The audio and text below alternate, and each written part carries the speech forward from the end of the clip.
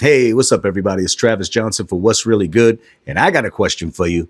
How and why did Carmelo Anthony get convicted and receive 35 years for the murder of Austin Metcalf? Well, I'm about to tell you. Let's find out what's really good. What's really good? Try that talk, why that walk, live it loud. What's really good? What's really good? Bring the heat, keep it sweet, no defeat. What's really good? What's really good?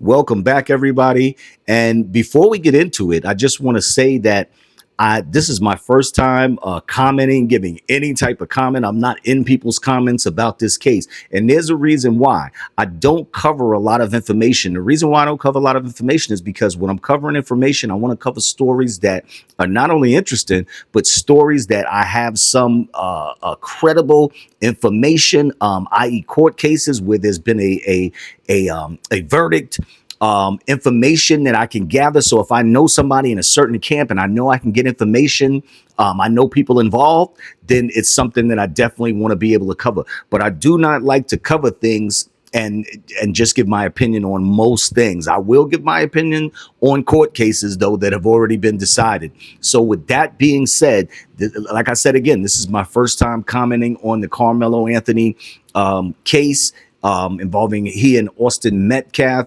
RIP to Austin Metcalf. What I will say is that I'm not here to debate the facts of the case. I'm not here to talk about the testimony necessarily of the case. I'm going to leave that to the people that were actually in the courtroom. So I'm going based on the verdict, and I'm not really here, like I said, to debate with anybody, but I'm here to give my opinion after sitting back and speaking to people that were out in Texas and out in the courtroom, gathering all the information that I could. I've come to a couple of conclusions. I've come to the conclusion that there are definite reasons why Carmelo Anthony received the 35 years and was convicted on a murder charge. And I believe that there's two major reasons that he was convicted and that he wound up receiving 35 years. And the first thing that I want to say is this case is not it's not a racial case. It's not a racial case in its essence. It didn't start out. I don't believe that it started out as a racial case. Nobody has provided me information to make me feel that this case started out with any racial motivation. With that being said, it has become a racial case or a racially motivated situation or movement. And the first thing I'd like to say is, since it started out as a beef, a whatever you want to call it, a situation, a incident between two young boys. Both of them made terrible decisions that ended up in tragedy for both of them on that day. These are the undisputed facts. I wouldn't care if they were white, Chinese, if they were from Pakistan. I don't care where they were from. There were two young men and I call them young men because they're on their way to being men, but they are far off from the development that it takes to make great decisions in under stressful situations. It became a racial situation as the result of adults. So once adults started adding in their narratives, it became a racially motivated, a racial melting pot, just a bunch of nonsense once the adults became involved. Now, I'd like to say another thing before I give my opinion. I feel like since Carmelo was a child when in the eyes of the law, he was 17 years old. He was a child in the eyes of the law. I feel like once the act was committed, so once we got past the actual situation, the actual incident, the murder, the killing, once we got past that, I feel like it wasn't about Carmelo as it results to what direction and what strategy. This is about strategy. Court is about strategy. If you're a sports fan or a business person, you know exactly what I mean. If you get in trouble and you think it's not a game that you're playing and it's about the person with the best strategy and who shows up the best, on those court dates. If you think it's not about that, I hope you never get in trouble, because it is entirely like that. Raise your hand if you know anybody in the world who's ever done something wrong but got off because they had the right lawyer, they had the right strategy, they approached the situation properly according to how the law sees it. And here's what I'm saying. So I feel like it was, I don't want to say anything against Carmelo Anthony's parents, but I feel like it was their responsibility to pick up as adults once the act had been committed, and go ahead and lead and guide the situation to the best outcome for Carmelo. And that's their son. There are two major reasons why I feel Carmelo was found guilty, and definitely why he wound up receiving 35 years, which I'm going to talk about that sentence at the very end. Number one, I feel like, and I'm like I said, I'm putting the responsibility on the parents, who should be the leaders. They're going to hire an attorney. They're going to hire whoever they need to hire, but they should be the lead. That's their son. If my son is on trial for murder, guess who's the lead of the team? Me and my family.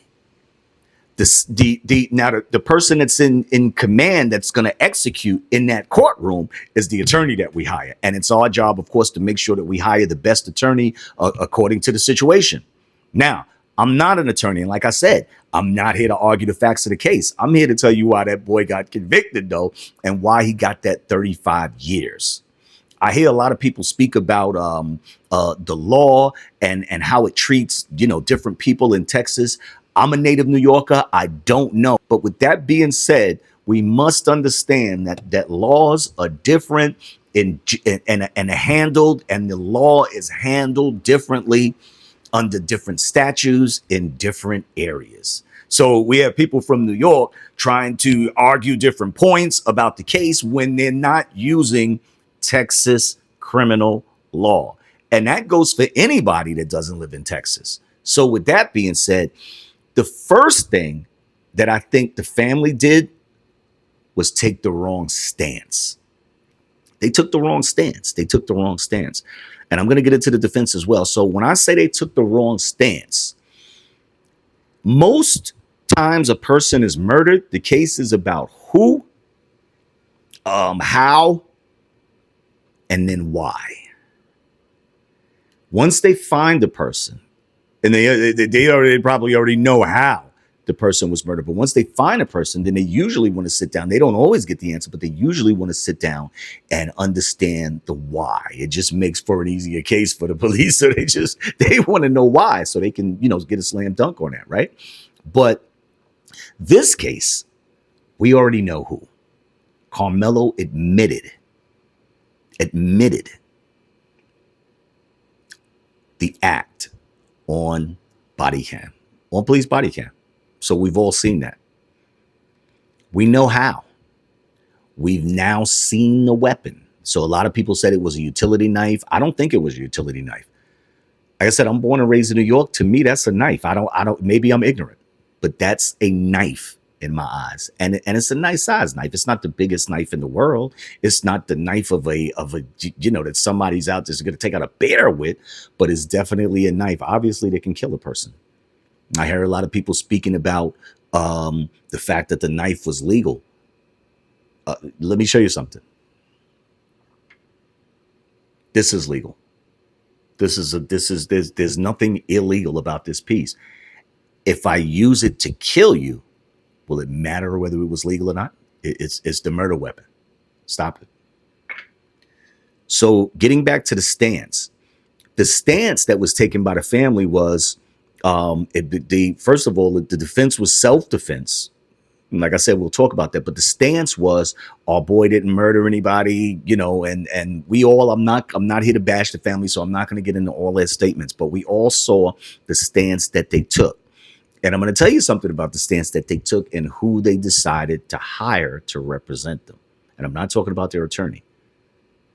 So that the team that they put together allowed for race to come in, and it felt like I said, I wasn't in the courtroom, but through media, it felt like it could be racial. and it turned racial. So that's true. So if you felt like it was being pushed in a racial way, like it became this white boy against this black boy, and we got to save the black boy, that's part of the stance that the family took. They allowed for that. And let me tell you how they could have controlled that. There's a couple of different ways they could have controlled that. And they never took the opportunity. And they put Karmelo and they helped Karmelo get in this situation. And I'm going to tell you how. So recently, there was some comments that were made by Austin Metcalf's dad, Jeff Metcalf. And I saw a couple I didn't see the whole video, but I did see Mr. Metcalf refer to Karmelo as a watermelon felon. I'm a black man. I wasn't feeling that. I heard him say it. I saw him say it. It wasn't AI. So I get it. He said some racial things, but let me tell you something. That was about a week or so ago, week and a half or so ago. What I saw over a year ago, before we got to the trial, because this is about the trial. This is not about this social media nonsense. It's really not about people on social media and their opinions. I'm giving my opinion after the fact because I feel sincere about something, but it's not about social media and its theories and its conspiracies, and it's not about that. It's about what was going to happen in that courtroom and how to best strategize to make sure that Karmelo is in the best potential situation that he can be in, period. Because we already know that he did something that caused the death of somebody. That is indisputable, and he admitted it. We know how he did it. We merely needed to know, once we got in court, a juror needed to know why. Why? So back to the stance. So even though Jeff Metcalf made some statements that infuriated, and rightfully so, infuriated black people about a week or so ago, if you go back about a year or so ago, Jeff Metcalf was actually called by the head of, I believe the organization, and don't get me wrong, I don't even care if I quote it wrong, but I think it was Protect White Americans. I think the organization was a nationalist organization by the name of Protect White Americans. And they were having a rally. And this was one of the rallies was during the time of it was a pre-trial that they were having this rally. And during that rally, the leader of this nationalist group called Jeff Metcalf, or got Jeff Metcalf somehow on the telephone. And he was on speakerphone. And people were standing around. This was not a private phone call. And here's what Jeff Metcalf had to say once he got a chance to speak a year ago, before the trial. Run the tape. Americans, fight, fight, fight, fight. Hey Jeff, it's Jake Lang here.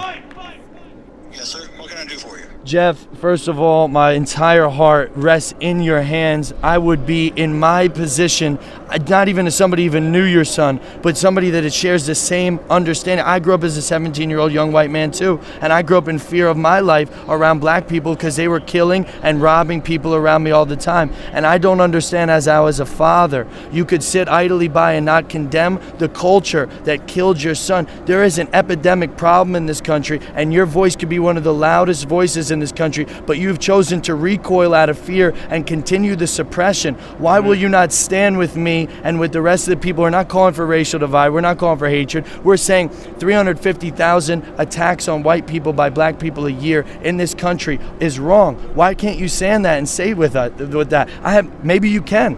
Would you be willing to stand by me in a press conference or in an individual interview and talk about this issue that is larger than Austin at this point? God rest the beautiful young man's soul that would have been one of our strongest voices if he was still alive today.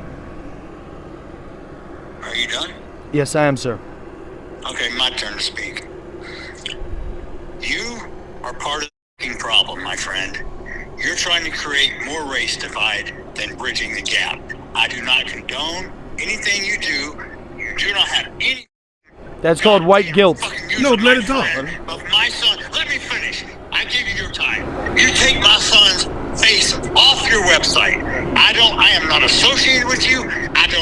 You're creating more Austin Metcalfs with your weakness, sir. promote you. You are creating more Austin Metcalfs with your weakness. So I'm not here to protect anybody. I don't know the Metcalfs. I don't know the Anthony family. I feel terrible for both families. I don't know either family. So I don't have a dog in the fight. But you had a dad who lost a son, the twin, lost a son, and could have fallen right into the racial groove. But he denounced that. So he denounced the racial part. As a matter of fact, I believe his words were, we had two young boys that made bad decisions. And he specifically said, this is not a racial case. He said that. That's not what Karmelo Anthony's folks said. And that's what they should have said. And back to stance. Watch this. So if I'm the lead, and I'm only doing Monday quarterbacking just like everybody else. You may disagree with my opinion. I apologize if you disagree, but I don't apologize because it's just my opinion. So here's the thing. If my son, because I have a young son that runs cross country, so we go to meets. So if my son found himself in a situation, which there's a high propensity that my son would not find himself in this exact situation, but that's another parenting video. But in this situation, if I found myself in this situation, here's my stance. I can't speak for the Anthonys, but here's my stance. The first thing that you are going to hear, first of all, you're going to hear from me first. You're not going to hear from my wife. I'm the man in the family. I'm the dad. And this is what I'm going to be on. First and foremost, condolences to the Metcalf family. I don't know what it feels like, and I would hate to have to know what it feels like to lose a child. Those would have been my first statements. And let me explain something to you. The fact that, and I'm talking about missed opportunities. So like I said, I'm Monday morning quarterback, but these are missed opportunities. So the Metcalf dad could have gone totally racial. I'm glad that he did, but he could have gone totally the other way as soon as the case started. So as soon as the media started running, he could have just started going at this family. Oh my goodness. But that's not what happened. That's not what happened. If you're telling the truth, that's not what happened. As a matter of fact, there was even a time when the Karmelo Anthony's family was having a press conference, and the Metcalf dad showed up at the press conference. Now, he was, I know that he was let out. He was escorted out by the police by the request of the family's advisor. So I'm not saying that one of the Anthony said, hey, tell that guy to leave, but their advisor, their representative had Mr. Metcalf escorted out by the police. So I'm not saying the Anthony's had that done, but they kicked the Metcalf dad out with the help of the police. Now he says that he was there to pray with the family. I don't know that. There's been no information, and obviously, how will we prove that he wasn't there to pray with the family? There'd be no way to prove that. So we have to take a person that, hey, if he said he was there to pray, maybe he was there to pray. So what I'm trying to say is there was a point, regardless of what Austin Metcalf's dad said a week ago, there was a point over a year ago when he was giving the alley-oop sort of and trying to extend an olive branch and say that, and he was speaking the truth, and say that the case was not racially motivated. Two boys made mistakes. That was the opportunity for the Karmelo Anthony. Mr. and Mrs. Anthony should have grabbed that opportunity, and they should have stepped right up, and they should have got on television. And this is what I would have done. I would have got right on television with the Metcalfs, with them. And I'm going to tell you how I would have been talking. I would have, once again, my deepest condolences. You're right, Jeff. I would have personalized myself. You're right, Jeff. We're both dads. Both of our sons made mistakes. And we have to make the best. I just hope that we have the best possible, outcome going forward. But I'm really sorry what happened to Austin. I'm really sorry. I wish that my son could rewind that. He's a good boy. I wish that my son could rewind that. You know, because every parent's going to say he's a good boy and everything. He's white, black, Chinese, whatever. You're going to say that because you're the parent. So we expect you to say that.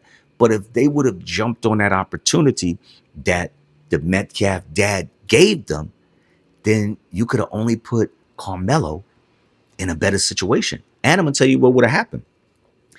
It would have there would have still been people that would have tried to aggravate the situation because there's always agitators, always.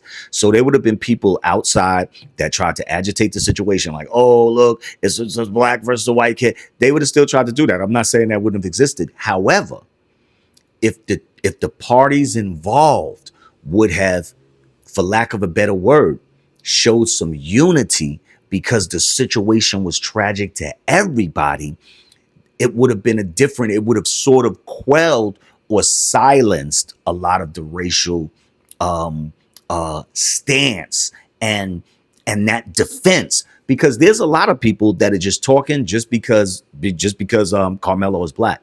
I'm black. I'm proud and black, but I'm honest and black. So I'm here to say that there's people that do not know the facts of this case. They do not care to know the facts of this case. All they know is, yo, guess what? Carmelo got railroaded, and that's it. He got jumped, and we got to stop saying this man got jumped. We got to stop saying he got jumped. Let me tell you, I've been jumped 4 times in my life. It is a very serious thing. It is very psychological. But I'm gonna tell you, if I had ever gotten jumped and gotten I never got a chance to use a weapon anytime I was jumped. But if I had gotten the chance to use a weapon, the very first thing I got caught by the police, the very first thing that would have come out of my mouth is that, yo, they jumped me. I promise you. I promise you. Anybody that's ever been jumped, I promise you, if they get caught up in something, the first thing they're gonna do is tell you they got jumped. They're not gonna be like, he put his hands on me.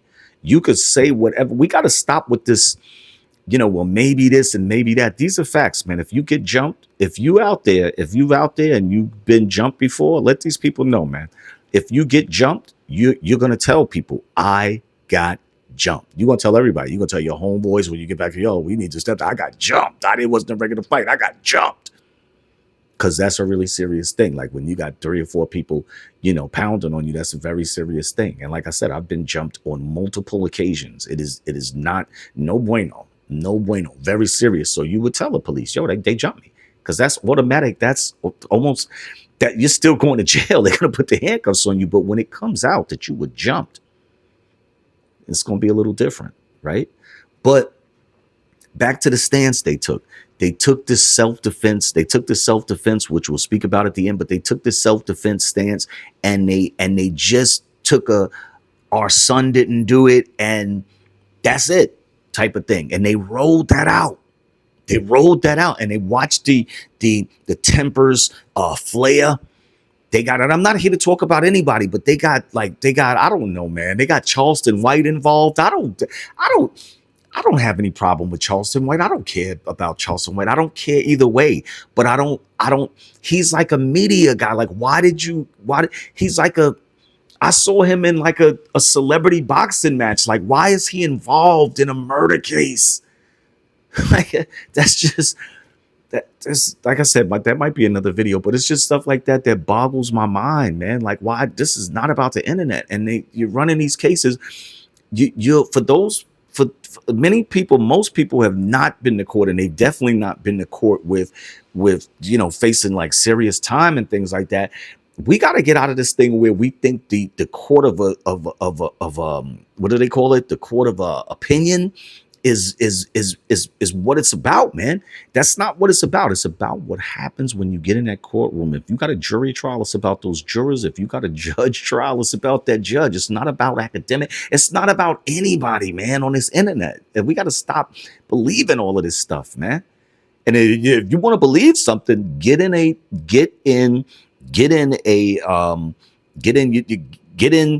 book of statutes.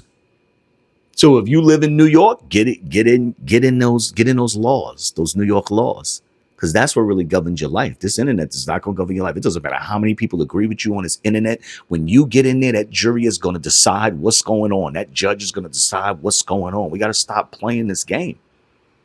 So that's all I kind of have to say on the stance. They missed a great opportunity to just unite with the family. And I'm going to tell you something. You ever seen a situation where you you may have even wanted to, let's keep it real, man. When you were young, you may have even wanted two of your friends to be beefing because one of them might have done something to you, but then they just came together and you were like, damn, that's what would have happened to all of the people that were trying to push the racial narrative. They would have been like, well, guess what? These people are coming together because of they're both involved on both sides of a horrific situation for all, and they're trying to make the best of it going forward. And nobody would have really been able to hate on that too hard. Or if they would have tried, it wouldn't have really hit like that. I'm trying to tell you. The second thing that got, so that's one of the things that got Karmelo Anthony convicted. That's one of the things that got him convicted. And I'm going to show you how. The second thing that got him convicted after the stands was the fact that he wouldn't testify. He wouldn't testify. He wouldn't testify. And let me tell you why I feel that was probably, and I can only say probably because even though I know people that were in that courtroom and we've had conversations and I've asked all the questions that I need to ask, we really don't 100% know. But I have to believe, that if they used a different strategy, that it may have been a different outcome. So I want to get past the fact that people are saying that he didn't have the best legal representation, because that could have been true. Like I said, I wasn't in the courtroom, and I've heard several people say that. So that could be true. He could have had counsel that was, I'm not going to say ineffective, maybe less than effective, because I'm hearing a lot of things that they didn't object to. And I don't know if they're true. Like I said, the transcripts are not out even. So all of these people are making accusations and transcripts are not even out. That's another thing. The transcripts are not even out yet. Right now, while I'm making this video, the transcripts are still not even out. They'll be out shortly, but people are making full cases and going at people crazy on this internet, and the transcripts are not even out. So unless you were in that courtroom, you don't even know what was said in there. Crazy. And that's another thing that I'll talk about later. But so he took a self-defense. That was his thing. Self-defense. Now, I think that he should have, if he was going to take the self-defense, he wouldn't have been responsible, and his lawyer's not responsible. He's not responsible to prove self-defense. So you don't have to prove self-defense, but you are obligated to offer the why you felt the need to defend yourself with deadly force. So the burden of proof is entirely on the prosecutor to prove that you murdered somebody. Let's not exclude that. So like I said, Karmelo doesn't have to prove nothing. However, if one offers a self-defense as their defense, the jury is looking for you to offer. And the reason why I'm saying offer is because it's not an obligation. The jury is, I promise you, the jury is looking for you to offer the why, because that's only because they already know the answer to the other questions. They know you did it. They know how you did it, but they need to know why you did it. So usually if you go back into self-defense cases, the person is going to wind up telling you, if it's effective, what made them feel so threatened. Because right now you got 1 million people saying he got jumped. This man never said he got jumped. People were saying he was scared. This man never said he was scared. You got to realize he was 17. So he's a little boy in the eyes of a lot of people. This jury was the jury that actually sat. None without if you take away the alternates, the jury that sat, it was 8 women. This is a chance for a little boy to get on a stand and explain to 8 women that he was scared, that he felt threatened. Whatever he was gonna say, he was obligated to offer that to the jury so that they could have considered that. Now, let me tell you something. I clearly know that attorneys do not most of the time want a person to get on a stand. Like, this has been forever. But see, that's part of the problem. I don't necessarily believe in anything being forever. Things change all the time. I'm sorry. Black people were slaves at one point. We're not still using those same thought patterns. So maybe it's time to use a different thought pattern when you go to court. I'm telling you, I'm an advocate in the right situation of a person getting on the stand and testifying for themselves. I represented myself one time. I was clearly advised it wasn't a murder case, and I wouldn't represent myself in a murder case. But I represented myself in a case where I had a lot to lose. It was involving my son. I had too much to lose. And I did not trust that there was any attorney that was going to fight harder for me and my son than I was going to fight for myself. And by the grace of God, I came out on top. I was advised by the judge on multiple occasions that, Mr. Johnson, I think you are making a terrible decision by representing yourself. And he was mad at me during the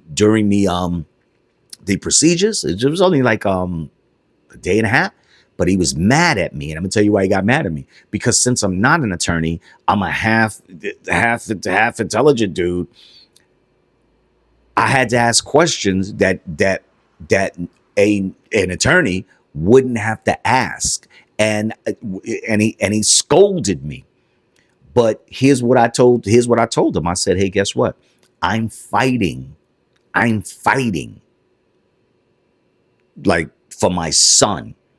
I'm not an attorney. I need to know what this means. I'm being charged with that. I need to know what they mean. And he was mad as hell. He called a recess and went back to his chambers and came back and read the law to me. And he didn't want to, but he did it. And he read the law to me. And the point for me saying this is that I'm never going to advise somebody to represent themselves, but I'm definitely going to advise that if you are on a murder charge and you did not murder somebody, like you think it may be manslaughter, you think it was an accident, there is a slight chance that you didn't intend to murder somebody, you need to be on that stand, my man. You need to be on that stand. I don't care what anybody, hey, it couldn't have hurt him more. Couldn't have hurt him more. And I'm going to tell you something. So those are the reasons when you say for a year or so that you were using self-defense, the entire jury is sitting there just like this, and they're waiting to hear about why you needed to use such force to defend yourself. Because maybe there's things that Karmelo would have said or that came out that pushed this to manslaughter. So let's shift in another direction now. When I first heard about this case, even though I never said anything about it for various reasons, as I told you, I still had an opinion. And my opinion at that time, being a New Yorker, we have murder 1, we have murder 2. Murder 2 is just like murder 1, but without the intent. So if you didn't intend them, if they can't prove the intent, then they usually go for murder 2 on you, or they'll be willing to drop down to murder 2 on you from a murder 1 if they feel like we're not going to be able to prove the intent part. But like I said, laws are different in different jurisdictions. So in Texas, they don't have murder 2. They have manslaughter, and it's sort of the replacement for murder 2. So you have murder, you have capital murder, you have murder, and then you have manslaughter. No murder 2. So I always thought that it may have been a manslaughter case. You know, while the trial was going on, I was speaking to a very talented attorney, and he was explaining to me around the time that they were about to instruct the jury that, Trav, they are going to put manslaughter on the table. And I said, oh, if they do that, the jury's definitely going to go for manslaughter. Surprise, surprise. They didn't. They had an opportunity. They had an opportunity to go with the manslaughter. They rejected that opportunity. That means whatever they saw, they were compelled by enough to say, we are going to leap over this manslaughter charge and go straight for the murder charge. By the way, all the people out there saying that there was he should have took a plea, there was no plea offer. The prosecutors were very confident that they could go for the murder. There was no plea deal. As far as I know, that was ever offered to Karmelo Anthony. I said I was going to talk about the sentence. Those are the two reasons, just to backtrack, why he got convicted and why I feel he got the 35 years. Number one was the stance that they took. They missed key opportunities to unite with the family that would have put a jury in a tough place, because the jury would have seen just two families that were united. So why should we continue to, reap havoc on them? The last part is the sentence. There's a lot of people trying to race bait, and they're trying to make people feel like everything about the court system is racist. And let me tell you something. If I believe that there was an all-white jury, which there wasn't an all-white jury, but even if I believe that there was a all-white racist jury, why did he only get 35 years? This was the jury. Unlike in a lot of situations, the judge is in charge of the sentencing, not the verdict, but the sentencing. So when it was time to sentence, they had an opportunity to go up to 99 years. They stopped at 35. Why? Why didn't they give him 50? Why didn't they give him 70? If they had given him 90 years, the judge couldn't have come back and said, like, no, I'm good. No, you can't do that. If they gave him 90 years based on what the jury said, he would have had 90 years. So if it was just a gang full of racists, and why didn't they give him the 90 years? I'm going to tell you why they didn't give him the 90 years. I'm going to tell you. Karmelo Anthony has not proved to be a monster. He never proved to be a monster. And that's how come I know if he would have testified, he would have probably got the manslaughter. All they wanted to hear is why. If his why had been convincing, he would have got a manslaughter. Let me let you know, he's sitting on 35 years. The manslaughter charge is between 2 and 20 years. So the max is 20, but he could have got as low as 2 years. Imagine I'm just saying, what if he got on that stand and really convinced people? Because without opening his mouth, he's got a lot of people convinced that he was self-defense. So he could have got on that stand, and if he could have convinced those jurors of the same thing that he's got a lot of people on the internet convinced of, then there was a big opportunity for him to get a manslaughter, and he could be sitting on 2 years. They don't have good time. I don't believe they have good time, but they do have programs. So first time he would have got in a program. I don't know if it would have been a drug program, because there was no drugs involved in the case as far as we know, but he could have gotten in a program as relates to his they would have put him in a program involving his anger or something like that. Those type of things can knock off time in Texas. So I know that Karmelo Anthony is appealing as of the taping of this video.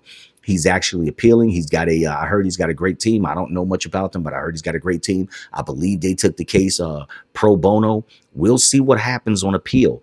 A lot of people are saying that they're going to appeal because there were no black jurors. On its face, just to let you know, don't be disappointed. That is not an appeal point on its face.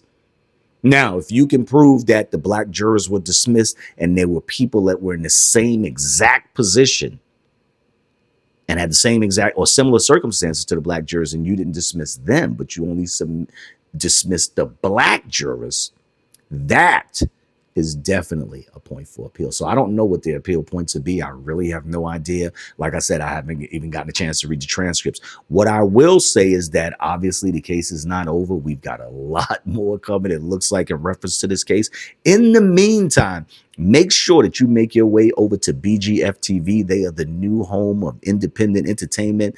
They've got series, they've got podcasts. This podcast, What's Really Good, actually debuted on BGF TV. You can download the BGF TV app on Roku. I'll see you guys soon. Like the video, comment on the video. Let me know if I was telling the truth. Let me know if I'm a goddamn liar in your eyes. Peace. I'll see you soon.